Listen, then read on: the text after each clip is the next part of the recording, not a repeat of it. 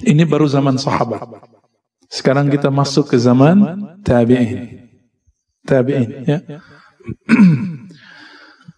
Saya dapat kabar, dapat WA mengenai satu amalan yang dianggap menyembah guru. Dianggap menyembah guru, yaitu cium tangan. Kalau orang Bandung udah biasa cium tangan sama guru, ya. Apa kata si Ustadz? Itu sampai kepada saya dan tunjukin videonya. Takbilu lihat nisfus sujud. Mencium tangan separuh sujud. Ini bahaya nggak kalimat ini? Bahaya, ya. Karena sujud di situ artinya nyembah, toh, ya. Berarti saya separuh nyembah guru kalau cium tangan guru.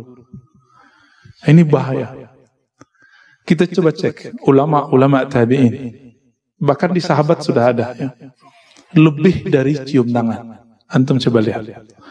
Suatu kali seorang tabi'in datang kepada Anas ibn Malik. Anas itu 10 tahun khidmah untuk Nabi SAW tidak digaji. Adakah hari ini khadim, asisten rumah tangga, pembantu yang mau bekerja tanpa digaji? Gak ada, ya. Ummu Sulaim, ibundanya Anas ibn Malik radhiyallahu taala anhuma, itu mengirim Anas untuk mengabdi kepada Rasulullah dan mengatakan, wahai Rasulullah, kami tidak minta gaji, tapi minta doa. Tapi minta doanya nanti di akhir, setelah Anas mengabdi. Anas mengabdi 10 tahun, selesai mengabdi ketika sudah dewasa. Jadi umur 10 tahun dia mulai ngabdi. 11 tahun kurang dikit, Ummu Sulaim datang kepada Nabi dan mengatakan, ya Rasulullah, ud'u lahu, tolong doakan siapa? Anas ibn Malik. Maka Anas ibn Malik didoakan. Doanya melebihi gaji seumur hidup. Gaji 7 turunan, Pak. Apa doanya?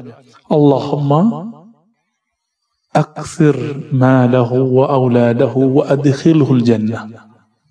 Riwayatnya macam-macam, kita ambil satu riwayat itu. Ya Allah, banyakkan hartanya, anaknya, dan masukkan surga. Banyak harta, itu lebih dari gaji, Pak. Maka Anas salah satu sahabat terkaya di zamannya. Jadi kaya itu nggak bid'ah. Antum kaya itu nggak bid'ah, itu sunnah. Itu doa Nabi Sallallahu Alaihi Wasallam. Tapi jangan gaya hidupnya gaya orang kaya. Gitu. Karena kalau gaya hidupnya gaya-gaya orang kaya, apa kata Ibrahim Al-Qassar? Siapa yang sok kaya, iftaqarah, maka dia dikutuk menjadi bermental miskin. Nanti keluar lagi model baru handphone, nyesek, Pak. Mobil, apalagi mobil Jepang. Ya. Tiap tahun itu keluar bisa 2 kali. 2 kali modelnya. Yang Black Expander kemarin udah nyesek lagi. Yang beri kemarin Pajero Sport udah nyesek lagi. Ada lagi yang baru. Nyesek, kenapa?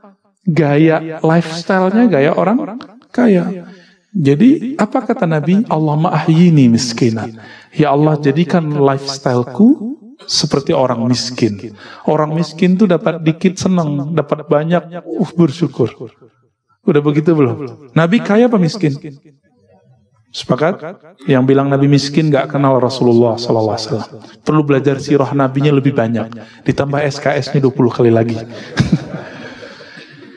Menafkahi seorang istri itu perlu ma'isyah nggak? Bukan ma'isyah, ya, ma'isyah. Satu istri Nabi punya rumah, dibelanjakan, kemudian punya kendaraan, punya pembantu. Berapa kira-kira gaji orang yang punya kemampuan seperti itu hari ini? Antum hitung sendiri, ya, karena gaji per kota akan beda. Istrinya 9. Antum kali aja, yang tadi kali 9. Kaya nggak tuh? Kaya, Pak. Bukan kayak orang kaya, tapi kaya. Dan saya nggak habis pikir kalau ada orang mengatakan Nabi itu miskin. Kata Imam Subki, siapa yang bilang Nabi miskin, ya, dia telah membuat murka para pecinta Rasulullah Sallallahu Alaihi Wasallam. Karena para sahabat itu kaya. Itu doanya. Banyakin anaknya. Wah, ini problem nih bagi Ustadz sekarang ya. Banyak anak pasti banyak uminya anak-anak. Ya, maka Anas mengatakan akramuna aksaruhum azwaja. Yang paling mulia di antara kami dulu yang paling banyak umi anak-anaknya. Hah? Berat gak tuh? Ya, itu yang antum belum sanggup, yang aneh juga belum sanggup kali ya. Terus di riwayat Muslim itu ada tambahan waghfir lahu, ampuni dia. Nah, yang tadi saya bacakan wa adkhilhul jannah, masukkan dia surga. Udah banyak harta, banyak ibunya anak-anak, banyak anaknya, diampuni dosanya, masuk surga. Adakah gaji yang paling hebat dari itu? Gak ada. Anas bin Malik mengatakan, aku mencium tangan Nabi Sallallahu Alaihi Wasallam dan aku merasakan tidak ada tangan yang lebih sejuk, lebih halus melebihi tangan Rasulullah Sallallahu Alaihi Wasallam. Ketika seorang sahabat ini berjalan, didatangi oleh tabi'in.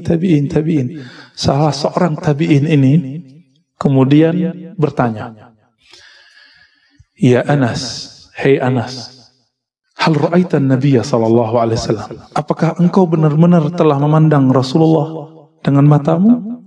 Apa jawaban Anas? Oh, na'am, ra'aitu bi'ainayya. Orang itu nanya lagi, dengan mata yang mana? Mata yang ini. Ditunjuk matanya. Maka orang itu minta izin, wahai Anas, izinkan aku mencium mata yang matamu itu memandang Rasulullah sallallahu alaihi wasallam. Nisfu sujud gak? Saya nggak habis pikir itu. Kenapa orang berani mengatakan ini cium mata, bukan hanya cium tangan. Bahkan Ibnu Abi Mulaikah datang kepada salah seorang sahabat Nabi dan mengatakan, mana lisan yang dulu lisanmu itu diludahi oleh Rasulullah sallallahu alaihi wasallam. Dikeluarin lidahnya, dicium lidahnya itu. Itu bukan homreng itu, Pak, bukan. Tahu homreng kan? Bukan. Itu yang disebut dengan bab at-tabarruk. Bab mengambil keberkahan cinta kepada orang yang mencintai Nabi sallallahu alaihi wasallam. Satu kali Umar, yang punya anak ini ya, Abdullah bin Umar lebih tepatnya, merindukan Nabi sallallahu alaihi wasallam. Maka dia cari di mana dulu Nabi pernah jalan-jalan. Dia cari jejaknya dan dia jalan di jejak itu sambil mengenang Rasulullah sallallahu alaihi wasallam. Dikenang. Dan dia teringat di pohon yang ini Rasulullah dulu pernah duduk, tapi pohonnya sudah dipangkas, tinggal cuma ya bekas-bekasnya. Nabi dulu pernah berteduh di situ. Dia berteduh di situ, pohonnya sudah nggak ada. Di situ dia mengenang Nabi sallallahu alaihi wasallam. Itulah maulid yang dibuat oleh Abdullah bin Umar. Kenapa dia nggak perlu buat maulidan seperti orang-orang kita, seperti ulama di Hadramaut, seperti ulama di Al-Azhar? Itu di Mesir. Orang buat dari 1 Rabiul Awal sampai tanggal 12. Ditutup dengan pawai sholawat. Setiap tempat bos.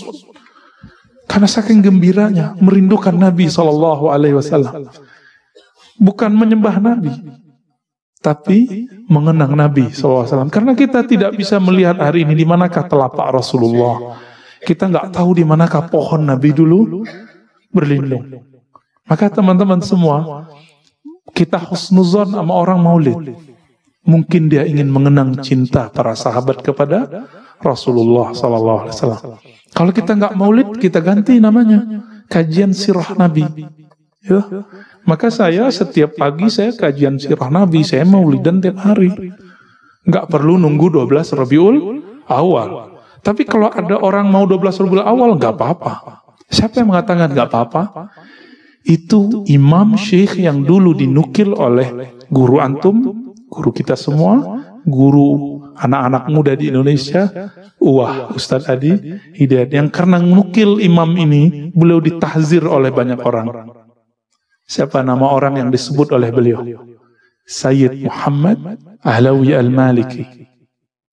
Gelar Sayyid bagi orang yang tidak faham dikira menyembah guru, disebut Taghut Makkah. Jadi salah seorang yang mentahzir Ustadz Adi dulu mengatakan, masa Taghut Mekah dikutip-kutip, diikut-ikuti, kira-kira begitu. Apa kata Sayyid Muhammad? Orang Mekah. Beliau, ayahnya, kakeknya, kakek dari kakeknya itu adalah pengajar Masjidil Haram sebelum Masjidil Haram dikuasai oleh orang-orang yang hari ini menguasai Mekah. Apa kata beliau? Jika engkau mengenang nabinya hanya sanggup sekali setahun, maka menurutku itu wajib. Kalau Omar, Abdullah bin Omar, Anas bin Malik setiap hari dia mengenang Rasulullah Sallallahu Alaihi Wasallam, maka nggak perlu maulidan. Ya, saya ditanya, bukannya maulid duluan yang buat Syiah? Saya jawab canda aja, Syibeh kali. Ya, di Syiah ada, betul di zaman Fatimiyah. Tapi di kalangan Muslim itu Sultan Muzaffar, lalu dibangkitkan lagi oleh Sultan Panglima terhebat yang kita puji setiap saat, Salahuddin Al-Ayyubi. Jadi dua orang ini kita nggak ikut maulidnya Syiah, kita ikut maulidnya Ahlus Sunnah.